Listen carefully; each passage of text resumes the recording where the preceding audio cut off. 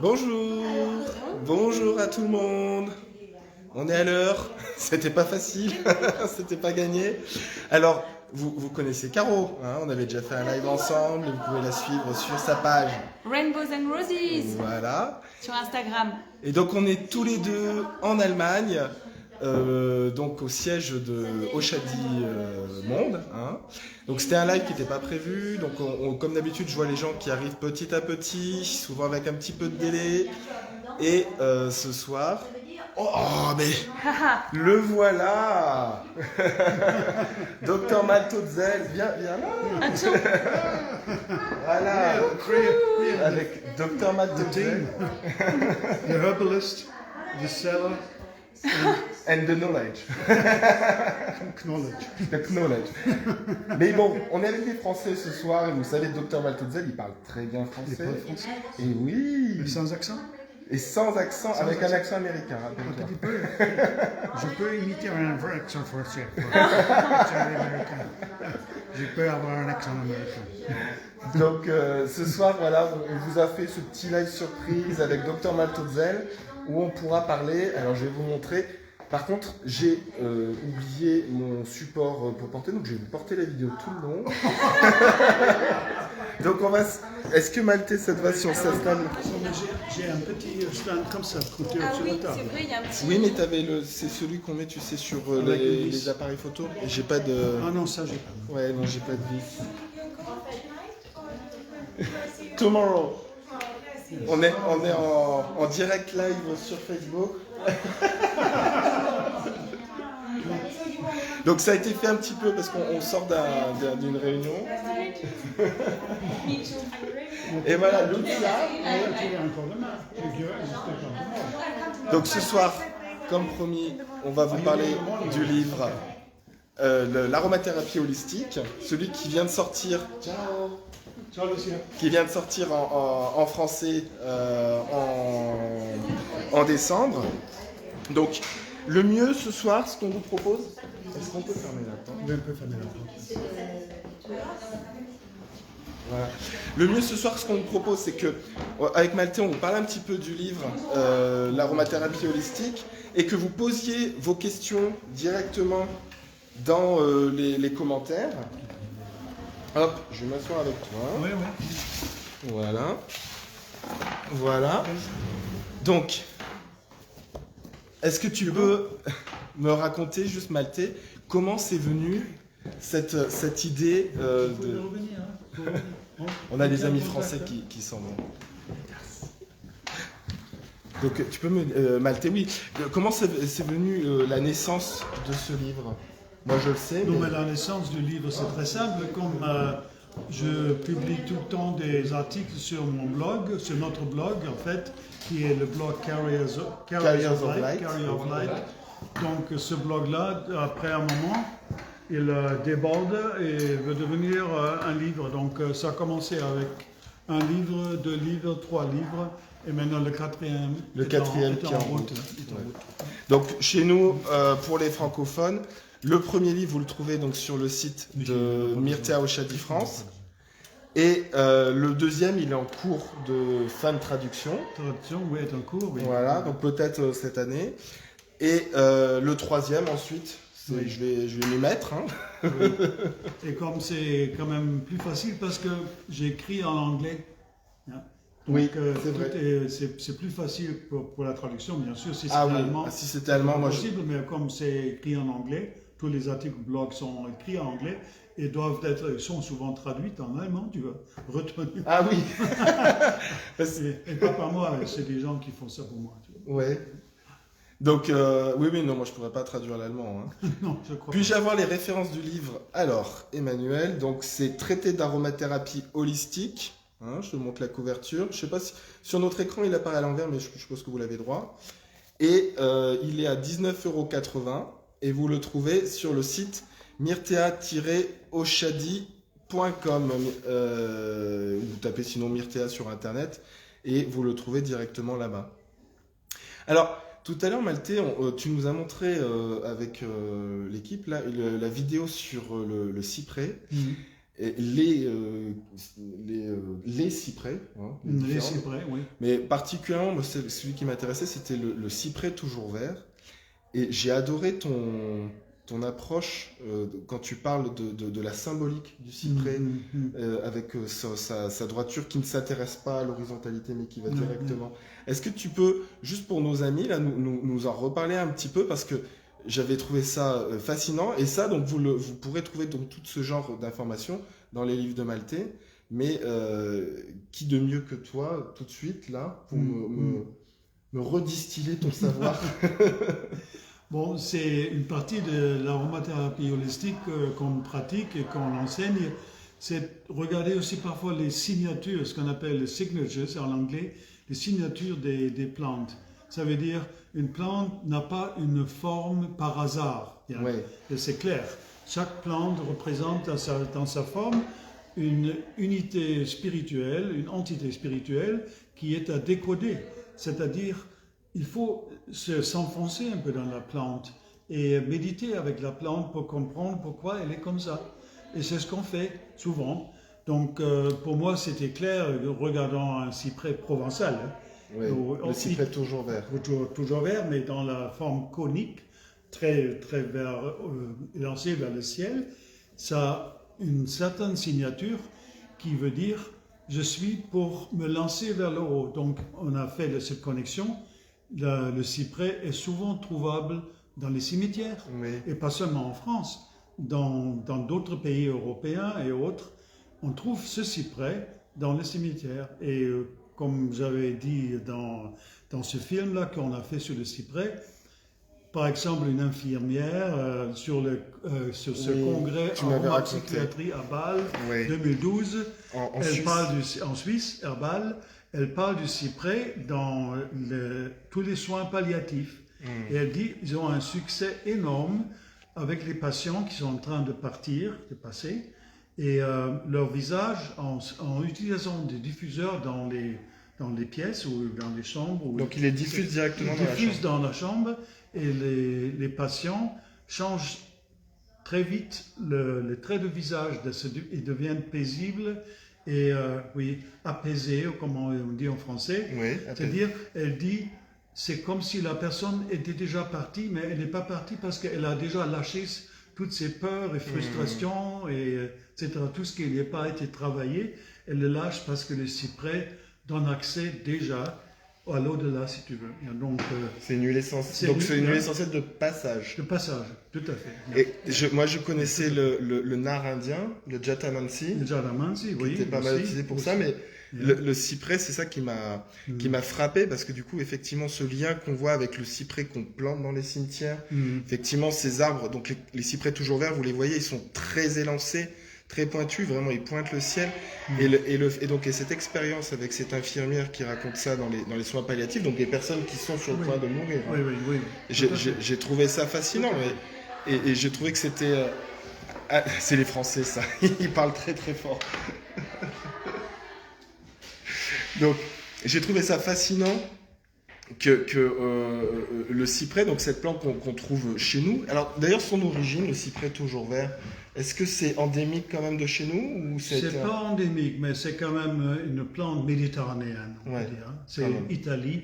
Le cyprès florentin est encore plus élancé, encore plus étroit. Et c'est toujours un cupressius saint-pavirense, c'est une variété. C'est une variété italienne, florentine, on appelle ça.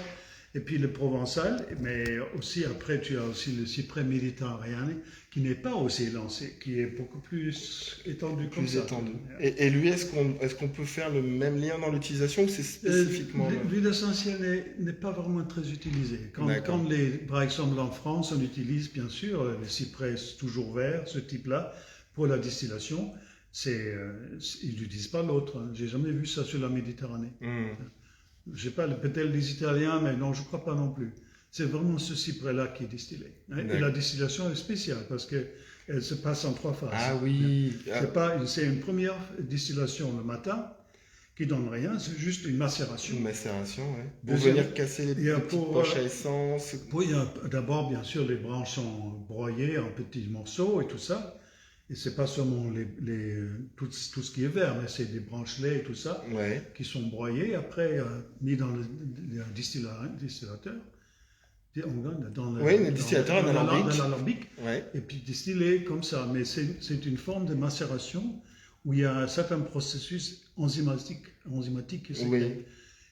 L'après-midi ou le soir, c'est la deuxième distillation qui est la plus grande, la plus importante. Et le lendemain après, troisième distillation qui donne peut-être 20% de plus d'huile essentielle, mais qui n'a pas la même qualité, mais qui donne encore quand même, après cette nuit de macération, d'attente, ouais. donne encore une autre huile essentielle qui après tout est mixé, tout est mélangé. Pour obtenir le totem de la plante. Voilà. Et donc qui est fondamental dans l'aromathérapie. Alors donc il y a plein de gens qui nous font des petits commentaires sur le fait que c'est intéressant, qu'ils l'ignoraient. Est-ce que le cyprès toujours vert est aussi la même chose que le cyprès de Provence? Oui, c'est la même chose. C'est ça. Yeah. Donc, et d'ailleurs, comme vous le savez, comme je vous le dis souvent dans mes lives, c'est très important de s'exprimer avec le nom botanique. Sempervirens. Et donc voilà, c'est le Cupressus sempervirens qu'on associe, qu'on appelle en français courant cyprès toujours vert, cyprès de Provence. Oui. Voilà. Bien sûr, il y a aussi en Provence cultivé dans les jardins le cyprès bleu. Ah oui. Mais pas du bout de Provence. Chez nous en Provence, c'est notre centre de séminaire, on a un grand cyprès bleu, tu vois, super, Cupressus arizonica. Donc il vient à l'origine de l'Amérique, de l'Arizona. Et qui a plus de cétone, lui, non? Ah oui, plus de cétone et d'autres composants qui ne sont pas du tout dans le cyprès vert.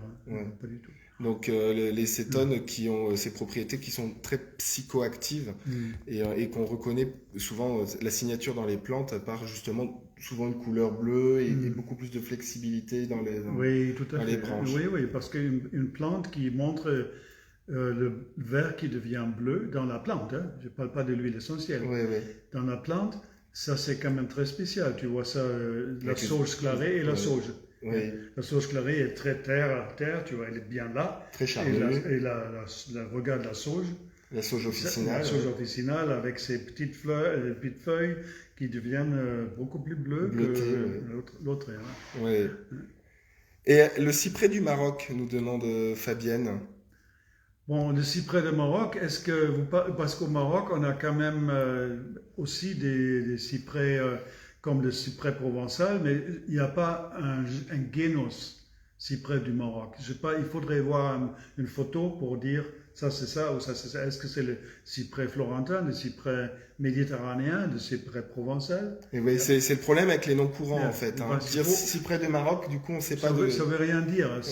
D'abord, il faut voir quel est le nom botanique. Oui. Ça peut être. Ils ont aussi parfois les cyprès bleus, j'ai vu aussi. Hein. Oui.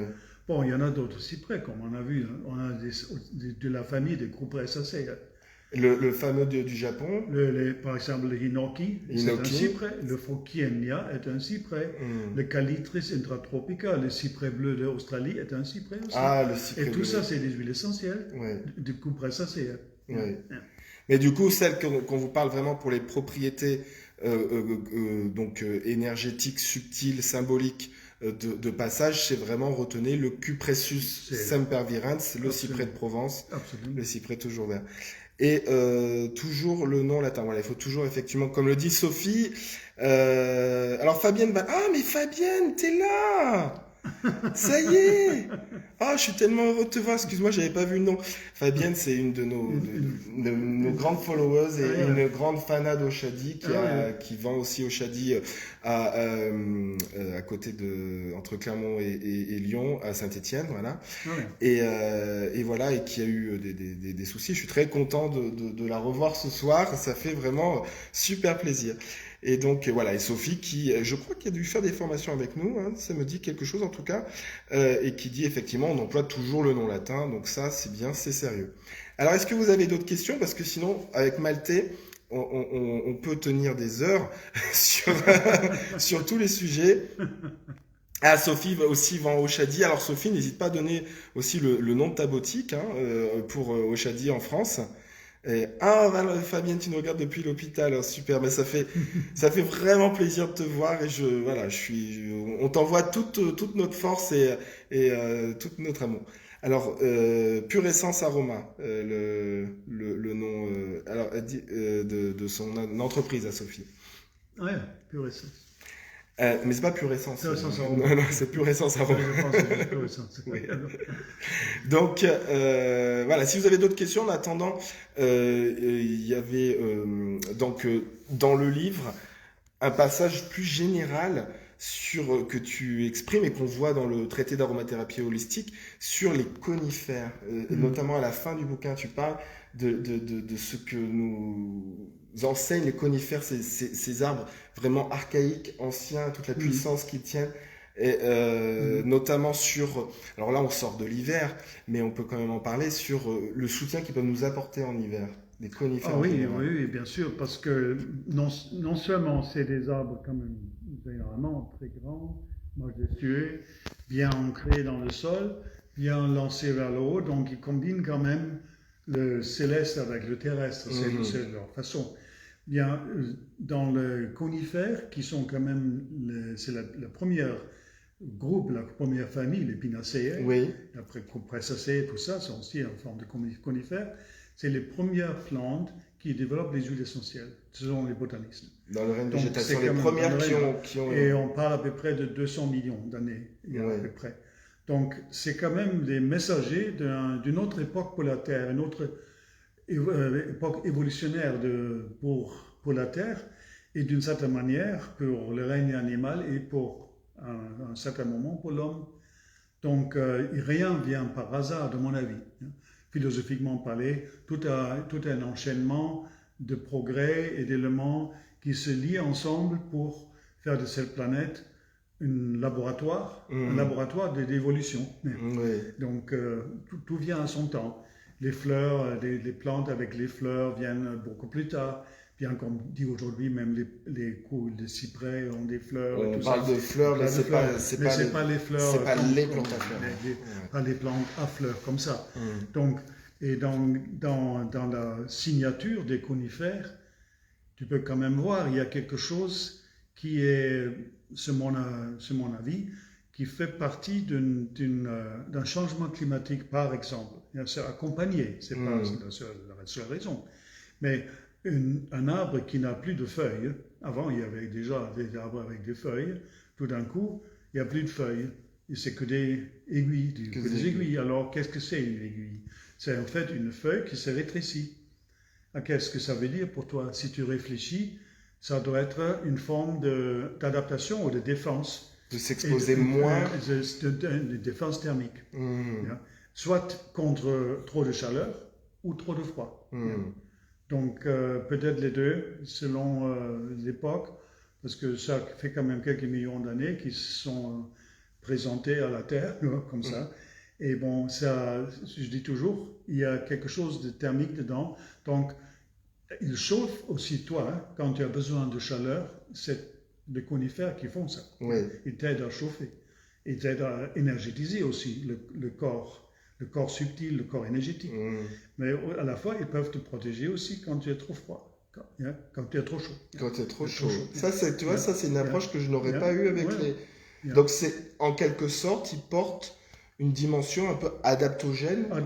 Très adaptogène. Très adaptogène. Parce que moi, je pensais beaucoup au pin de Patagonie, qui est connu pour ça, qui est très adaptogène. Mais en fait, on peut un peu généraliser, particulièrement les pinacées, du coup. Oui, les pinacées, toutes sortes, que les sapins ou les épinettes, tout ça, bien sûr. Et les sapins, les épinettes et les autres. Les pins. Les pins. Voilà. Les trois familles principales, tu vois. Bien sûr. Et en plus, c'est tout un groupe, on le sait, c'est extrêmement fort pour créer une énergétique hormonale. Une énergie. On a souvent eu des exemples où les gens ont dit, quand je leur présentais une possibilité de mettre des huiles sur les reins, sur les surrénales, alors les gens m'ont écrit des choses parfois, c'est incroyable, leurs expériences. En Suisse, il y a un groupe de footballeurs, de soccer, qui utilisent des conifères sur les reins avant les Jeux. Et du coup, c'est pas du dopage qui est reconnu, mais c'est une forme de dopage. Alors, vous connaissez un peu l'utilisation, par exemple, vous prenez du pain sylvestre, qui est un peu plus de chez nous, Pinus sylvestris, et vous mettez donc 1 à 2 gouttes sur les surrénales. Donc les surrénales, vous prenez, sur les reins, ouais. voilà, vous prenez votre nombril, et de l'autre côté, de chaque côté du rachis, de la colonne vertébrale, se trouvent vos reins et vos surrénales dessus, et vous appliquez dessus, vous frottez, vous tapotez, voilà, pour vous dynamiser. Et c'est, est-ce qu'il y a des précautions à prendre avec cette utilisation? Bon, il ne faut pas exagérer, mais c'est quelques gouttes, c'est totalement innocent, c'est tout à fait OK. Voilà. Et là-dedans, je dirais, dans le groupe, les épinettes, les épicéas sont les plus forts. Ah, les épicéas, donc les épinettes. Mais regarde les signatures maintenant. Oui. Tu as les sapins, ils ont des aiguilles douces. Douces, oui. Regarde les pins, ils ont les aiguilles longues. Oui. Regarde les épinettes ou les épicéas, ils ont des aiguilles assez courtes, mais très sharp, très piquantes. Piquant. Et ça veut dire qu'il y a quelque chose, une forme d'énergie qui s'est installée là-dedans, qui est plus forte. Donc, c'est pas étonnant, par exemple, le Black Spruce, l'épinette noire du Canada, a tellement de succès dans l'aromathérapie, comme ça. C'est pas un hasard. C'est pas un hasard, oui. J'adore cette approche. Donc là, c'est vraiment la théorie du signature qu'on utilise depuis l'Antiquité pour connaître les propriétés intrinsèques des plantes. On voit par exemple avec la prêle. Alors, c'est pas une plante aromatique, mais là, je parle plus sur la prêle. Ah, ça avait coupé. Ça y est, c'est revenu.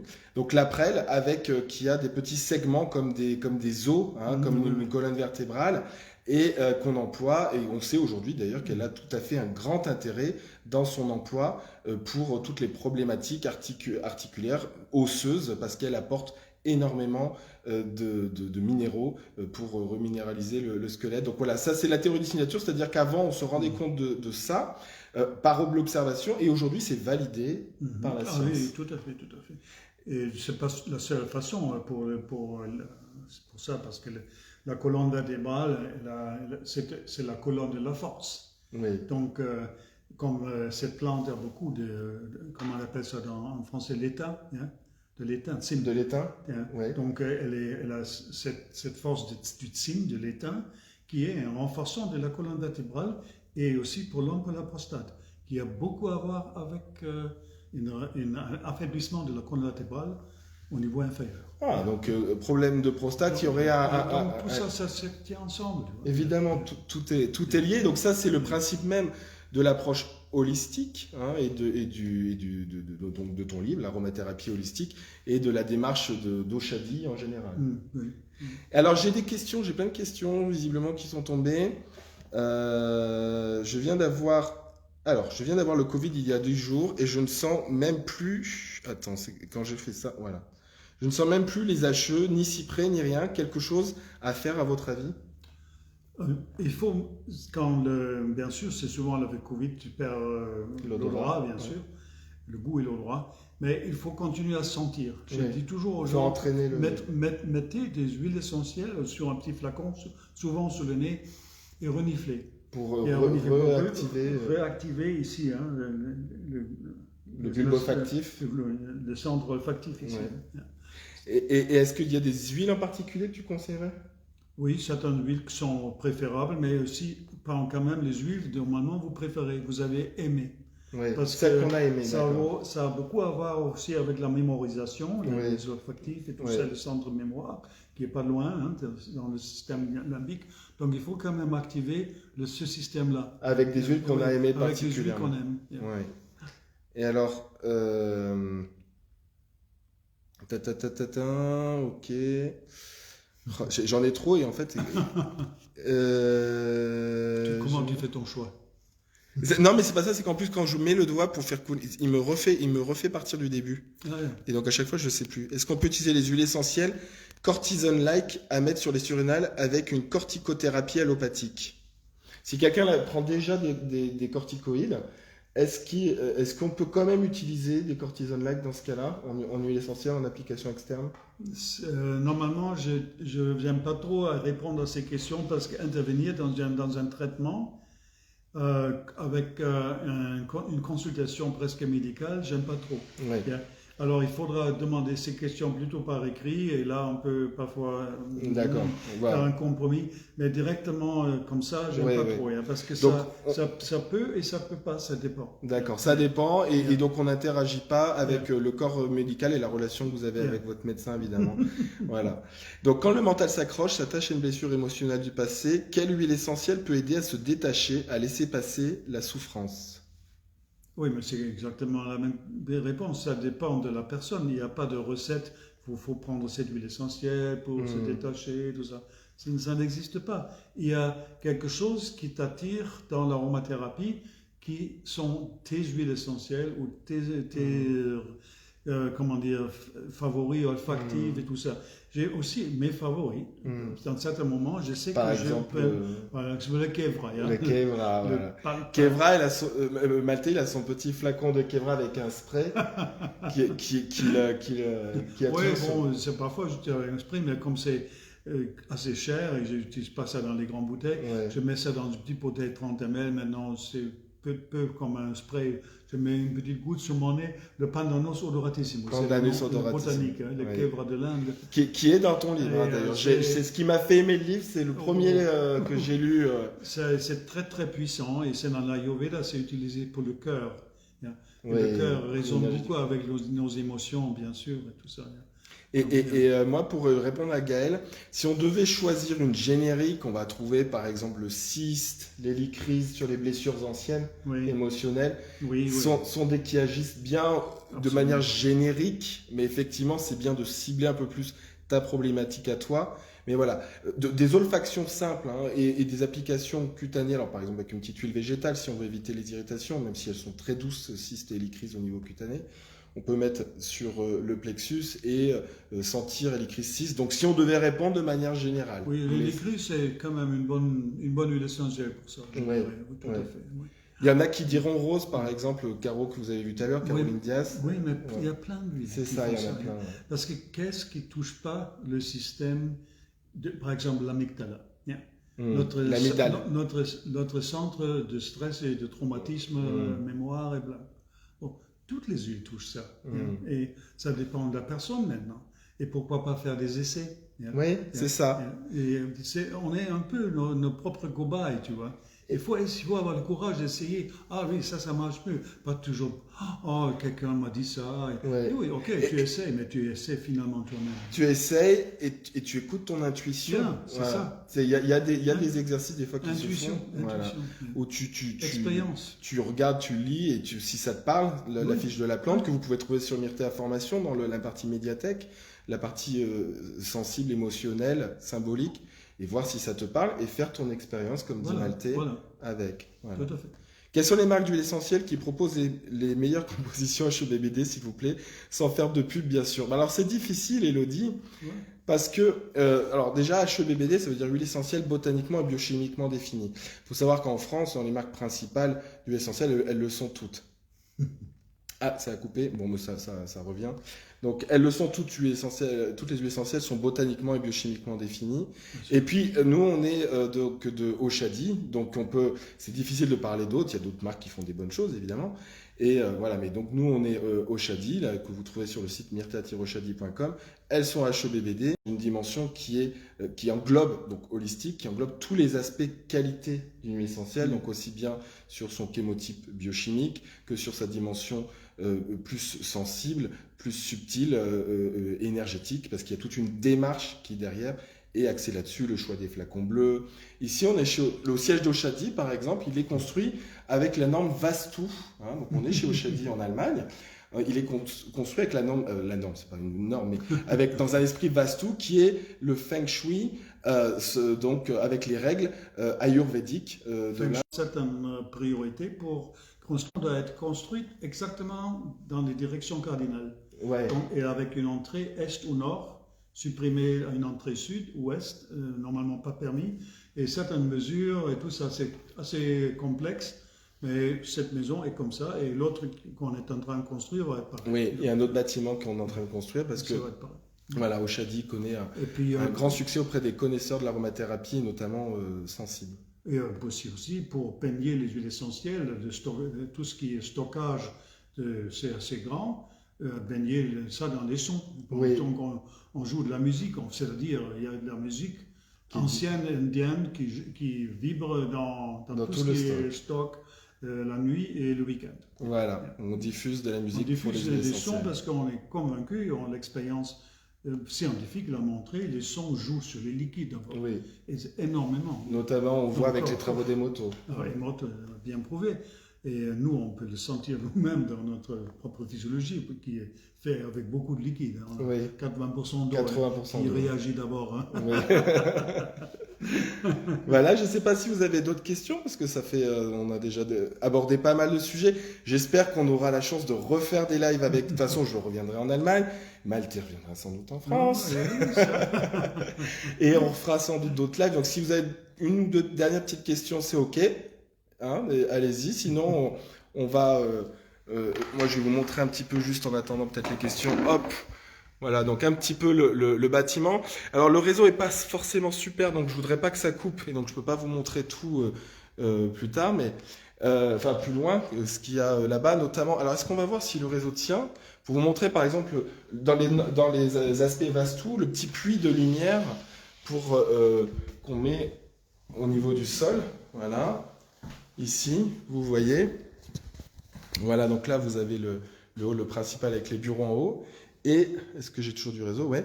Et là, vous voyez donc ici le puits de lumière qui est directement connecté aux lumières là-haut. Voilà, pour baigner, donc faire circuler l'énergie de manière optimale. Voilà. Bon, donc si vous avez pas d'autres questions, moi, on se retrouve pour d'autres lives. Vous avez les dates sur notre site. Je les ai pas en tête parce que je les ai pas ici en Allemagne. Vous retrouvez donc dans la partie actualité les prochaines dates de live avec moi ou avec Elodie. Et puis on fera d'autres surprises probablement avec Maltais. Vous avez aussi les vidéos sur YouTube avec Maltais qu'on avait fait notamment pour les 25 ans de Myrtea. Et puis nous on vous embrasse très très fort. Merci encore d'avoir été là. Merci Maltais pour ta sagesse, ton avec savoir. plaisir. Voilà. C'est juste plaisir de parler ta langue. Qui est un peu la tienne quand même, parce que comme tu l'as dit tout à l'heure, tu as vécu une bonne partie de ta vie en France. Hein. J'ai deux femmes de françaises. Et deux femmes françaises, voilà. Donc, enfin, une à la fois. Hein. Aujourd'hui, Une à la fois, oui. voilà. Aujourd'hui, c'est Fabienne depuis 20 ans. Oui, Fabienne, 20 ans. Aujourd'hui, Oui. voilà. Et mon autre, c'était Véronique. presque 30 ans. 30 ans avec Véronique, Ouais. je me rappelle de Véronique. Oui. Et ben, merci. On vous embrasse très très fort. À très bientôt. Et puis, prenez soin de vous. Yeah.